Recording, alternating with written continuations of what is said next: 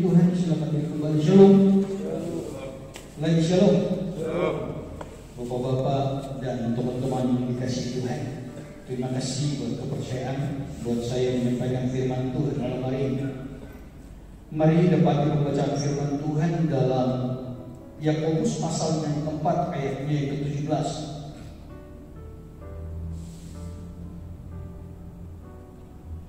Yakobus pasal yang keempat ayat yang ke-17. Alkitab berkata seperti ini. Jadi jika seorang tahu bagaimana ia harus berbuat baik, tetapi ia tidak melakukannya, ia berdosa. Sekali lagi, jadi jika seorang tahu bagaimana ia harus berbuat baik, tetapi ia tidak melakukannya, ia berbuat dosa. Saudara-saudaraku yang dikasihi Tuhan, kitab Yakobus ditulis oleh seorang bernama Yakobus. Dia adalah saudara kandung dari Yesus, saudara satu mama, bukan satu bapak. Kalau dilihat dari silsilah, berarti saudara satu mama, karena Yesus bukan lahir dari benih dari Yusuf. Nah, sepanjang perjalanan Yesus, dia selalu bersama-sama mengikuti perjalanan dan aktivitas Yesus. Dia sangat dekat dengan Yesus. Dia menjadi, Alkitab berkata dia menjadi seorang guru atau pemimpin-pemimpin gereja utama di Yerusalem bersama Petrus, Yohanes, dan teman-temannya yang lain. Nah, dia menuliskan surat ini sebagai surat umum, disampaikan kepada semua orang-orang percaya, baik yang ada di Yerusalem atau di daerah-daerah perantauan. Bapak Ibu saudara-saudara, ditulis pada tahun 45 sampai 49 kurang lebih. Ini masa-masa ini itu masa-masa aniaya. Masa aniaya di mana murid-murid itu dikejar-kejar, sehingga orang-orang percaya itu mulai menyeberang dari satu tempat ke tempat yang lain. Kata teologianya itu berdiaspora, melanglang buana kemana-mana, mencari pekerjaan dan juga memberitakan Injil, karena di Yerusalem mereka sangat tidak sakit. Nah, Bapak Ibu saudara-saudara, bapak-bapak saudara-saudara yang dikasihi Tuhan, ketika dia sampai pada pasal 4, Yakobus menyampaikan, jadi jika seorang tahu bagaimana ia harus berbuat baik, tetapi ia tidak melakukannya, ia berdosa. Bapak-bapak tahu mana yang jahat, mana yang baik? Dan pasti tahu. Tetapi seringkali coba kita lihat, kita tahu yang baik, kita tahu kebenaran, tetapi lebih seringkali kita melanggar kebenaran dan tidak melakukannya. Nah, ini yang Rasul Yakobus menegaskan, jadi jika seorang tahu bagaimana ia harus berbuat baik, tetapi ia tidak melakukannya, ia berdosa. Kita tahu mengampuni itu aturan Tuhan, itu firman Tuhan. Tetapi seringkali lebih banyak kita mendendam. Kita tahu menipu itu berdosa, tapi lebih seringnya kita terlibat dalam penipuan. Kita tahu sesuatu yang ini tidak boleh dilakukan, tetapi terkadang kita melakukannya dan kita melakukan dosa di hadapan Tuhan. Nah, ayat ini disampaikan dalam perikop jangan melupakan Tuhan dalam perencanaan.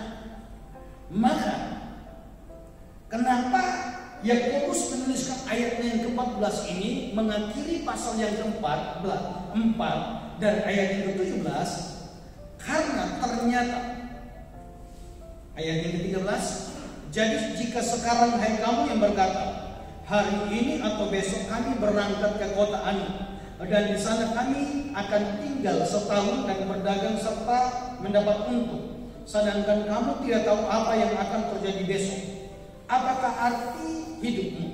Hidupmu itu sama seperti uap yang sebentar saja kelihatan lalu lenyap. Sebenarnya kamu harus berkata, jika Tuhan mengendakinya, kami akan hidup dan berbuat ini dan itu. Pertama, yang dimaksud dengan ayat 17, jadi jika seorang tahu bagaimana ia harus berbuat baik, tetapi ia tidak melakukannya, ia berdosa. Perbuatan baik apa yang dibilang melanggar dan berbuat dosa? Perbuatan yang baik pertama, semua rencana itu harus kita menyatakan Tuhan. Sekali lagi, perbuatan baik yang apabila kita tidak melakukannya dalam bagian ini, maka kita berdosa. Yang pertama, sertakan Tuhan dalam perencanaan. Bapak-bapak, ada dua hal yang sepertinya sama tapi beda tipis. Yang pertama, kita sertakan Tuhan, tetapi kita paksa Tuhan untuk jadi sesuai dengan maunya kita. Kita paksa Tuhan harus sesuai kehendakku, harus mauku. Kalau bukan mauku, saya tidak setuju, saya tidak suka. Nah, Yakobus di sini dia bilang harus sertakan Tuhan, dan kalau Tuhan menghendaki, maka rencana-rencana kita itu bukan sesuai kehendak kita, tetapi sesuai kehendak Tuhan. Ini beda tipis. Saya coba melihatnya dalam diri saya pribadi. Bapak Ibu saudara-saudara, beberapa tahun yang lalu saya dapat uang dari kampung 50 juta dari hasil penjualan tanah orang tua saya di pinggir jalan kurang lebih 2 hektar yang diambil orang, dan akhirnya sepupu dan kakak-kakak saya, tapi kakak-kakak saya perempuan, sehingga mereka minta rekomendasi atau surat kuasa untuk mengurus tanah itu dan diambil kembali. Setelah diambil kembali itu tanah itu dijual, dan setelah dijual saya sudah tidak ditelepon lagi. Saya menelpon pun mereka tidak mengangkatnya, dan pada akhirnya tanpa sengaja, mungkin karena mereka juga sudah bingung, dan saya cuma istri berdoa saja kalau memang bagiannya kita ada, maka mereka akan kasih kita. Satu kali ketika saya bawa uang saya 1 juta untuk tabung ke BRI. Ketika saya bawa ke BRI, di situ saya kaget. Uang saya kenapa ini ada 60 juta? Padahal uang saya itu kurang lebih hanya 10 juta di rekening waktu itu. Kenapa sekarang jadi 60 juta? 60 lebih sedikit. Saya ketika di print bukunya, kenapa ini 60? Saya taruh kembali. Saya tanya, betul kan? Dia bilang betul. Dari mana ini uang? Cek. Dari NTT, dari Pulau Rote. Oh, sudah sejak kapan? Sudah 3 minggu kurang lebih sudah ada rekening saya. Kakak saya kirim kasih saya, tapi dia tidak bilang-bilang lagi. Mungkin dia rasa bersalah dan akhirnya dia kirim. Dan puji Tuhan, setelah dia kirim itu saya pulang kampung. Karena kalau seandainya dia tidak kirim, saya tidak akan pulang kampung. Karena kalau saya pergi, berarti orang berpikir saya datang berkelahi. Nah, setelah saya dapat ini uang, ada tanah dijual. Pak Bidika punya tanah dijual. Saya sama Om Samuel sama beberapa langsung di 30 juta. Tinggal 30 juta tanpa pikir panjang, tanpa lagi merenungkan duduk dan rincian. Kalau kita bangun rumah, mungkin sampai enggak? Akhirnya dengan ambisi, tapi pakai doa. Pakai doa sebenarnya. Saya pergi di dalam, saya berdoa, Tuhan terima kasih Tuhan kasih di tanah. Dan hari ini mulai peletakan batu. Peletakan batu habis 30. Bersih. Rekening 60. Karena lumayan tinggi dan 20 kali 10 bangun full. Pikir kecil, hitung-hitung tidak mampu lagi melanjutkan. Bingung, mulai kumpul uang 1 juta 500 setiap bulan. Kalau ada 1 juta begitu, kalau ada 500 di sini berapa? Dipaksa saya panggil nama Tuhan masuk dalam doa kami. Ternyata tidak bisa. 2 tahun, 3 tahun, cuma 10 juta, 5 juta. Ternyata coba saya tanya-tanya, orang bilang ini, kecuali kau punya uang 100 juta, baru bisa sampai di atap. Belum di plaster, belum di apa-apa. Saya bingung. Dari mana saya dapat uang? Kami mulai berdoa lagi. Boleh kalau bisa saya punya rumah. Itu yang satu ambisi untuk dapat rumah cepat. Yang satu berdoa, Tuhan tolong buka jalan. Akhirnya pendeta Stanley beli rumah di luar. Awalnya dia bilang bantu sedikit untuk uang muka, saya bantu sedikit. Saya layak itu saya bingung. Kenapa saya tidak beli?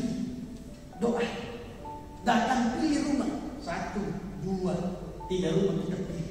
Tahu tidak ada itu. Yang satu dia sudah begini, yang satu bilang begini. Akhirnya yang ini, tapi belum punya uang. Uang muka ada 5 juta, 6 juta.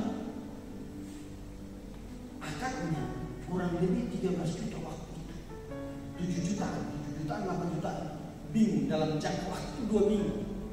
Kita cuma berdoa, Tuhan kalau memang Tuhan kehendaki rumah ini kami pilih, maka dalam jangka waktu 2 minggu saya dapat Tuhan. Puji Tuhan.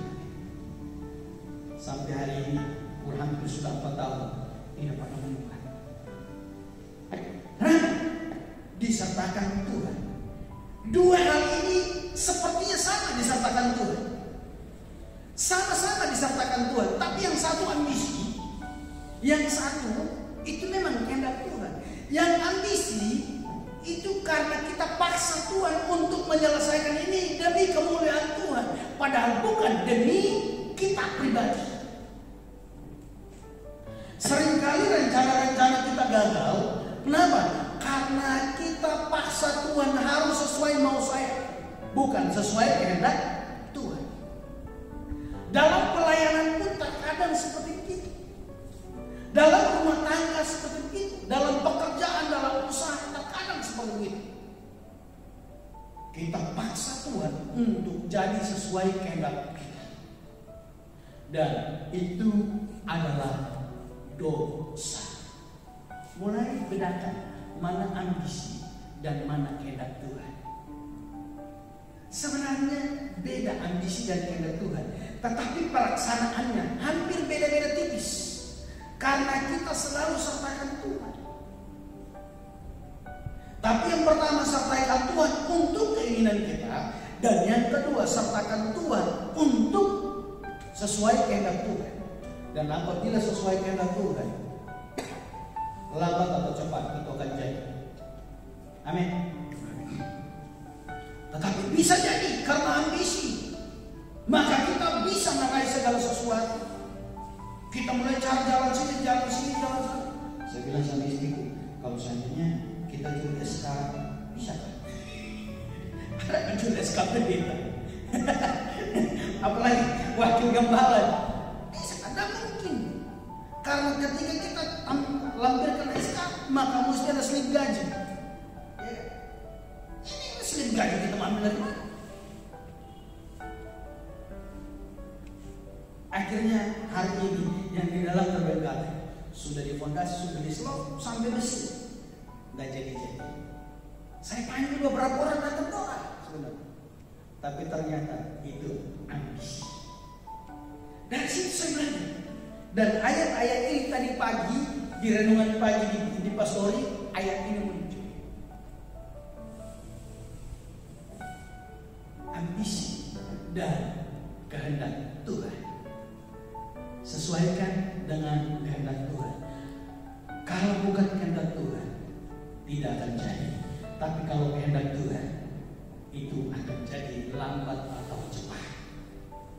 Yang kedua, apa yang dianggap dosa? Apabila kita tahu itu, tetapi kita tidak melakukannya.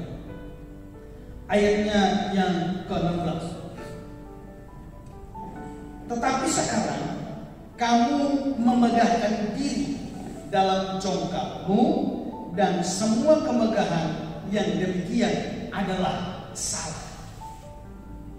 Sekali lagi, tetapi sekarang kamu memegahkan diri dengan dalam congkakmu, dan semua kemegahan yang demikian adalah salah. Saya pernah ketemu di Flores salah satu pemuda yang menurut saya hebat. Dia S2. Mereka 5 bersaudara. Kenapa saya ingat 5 bersaudara? Karena dia mulai curhat dengan saya itu dari jam 9 pagi sampai jam 4 sore. Sampai sambil, karena cuma kami 2 di pastori waktu itu, akhirnya saya sambil masak, dia cerita 5 orang. Dia S2, tetapi sudah S2, tapi untuk cari pekerjaan tidak pernah lolos. Sementara adik-adiknya yang 4 orang lain itu cuma SMA, tapi bisa lolos jadi PNS. Saya juga bingung di mana letak kesalahannya. Dia cerita Tuhan itu jahat segala macam, begini. Ternyata saya dapat, apabila sebuah rencana yang hanya ambisi, maka Tuhan menganggapnya itu kesombongan. Sebuah rencana tanpa kehendak Tuhan atau tidak sesuai kehendak Tuhan, yang saya bilang tadi seperti sebuah ambisi, maka itu kesombongan di hadapan Tuhan. Saya terlihat tadi mahasiswa S2 tadi, lulusan S2 tadi, karena dia sombong dengan S2-nya. Maka dia cari pekerjaan harus sesuai S2-nya. Maka tidak akan jadi. Coba kalau dia merendahkan diri sedikit dan jadi sesuai dengan kehendak Tuhan, maka itu bisa jadi. Nah, bapak-bapak, saudara-saudara yang dikasihi Tuhan, semua rencana yang tidak sesuai kehendak Tuhan atau yang dimaksud dengan ambisi, Tuhan menganggapnya sebuah kesombongan. Coba baca satu ayat dalam Yesaya pasalnya yang ke-14 ayat 12 sampai ayatnya yang ke-14. Yesaya 14 ayat 12 sampai ayat 14. Wah, engkau sudah jatuh dari langit, hai bintang timur, putra fajar. Engkau sudah dipecahkan dan jatuh ke bumi, hai yang mengalahkan bangsa-bangsa. Engkau yang tadinya berkata dalam hatimu, aku hendak naik ke langit, aku hendak mendirikan takhtaku mengatasi bintang-bintang Allah, dan aku hendak duduk di atas bukit pertemuan jauh di sebelah utara. Aku hendak naik mengatasi ketinggian awan-awan, hendak menyamai yang maha tinggi. Ini sebuah rencana.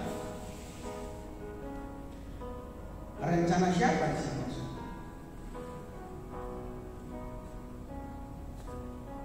Yesaya. Kalau bapak-bapak coba kalau punya Android, kalau sementara buka pegang Android, coba buka bahasa Inggris. Wah, engkau sudah jatuh dari langit, hai bintang timur. Bintang timur, kalau saudara baca dalam terjemahan KJV, King James Version, maka itu diterjemahkan oh Lucifer. Lucifer yang adalah setan saat ini, pemimpin setan-setan atau penghulu setan, penguasa kerajaan maut itu dulu. Dia itu di bawah Tuhan. Dia sebagai pemain musik handal. Dan menurut sebuah penafsir pujian penyembahan, semua gerakan itu menimbulkan musik. Semua gerakannya, jalannya, suaranya, pokoknya semua gerakannya itu berbau musik. Tetapi yang dia katakan, engkau sudah jatuh. Kenapa? Karena dia berencana untuk menyamai Tuhan. Ketika dia sudah dipakai lebih, mulai dia sombong di situ. Kesombongan mulai muncul. Kenapa?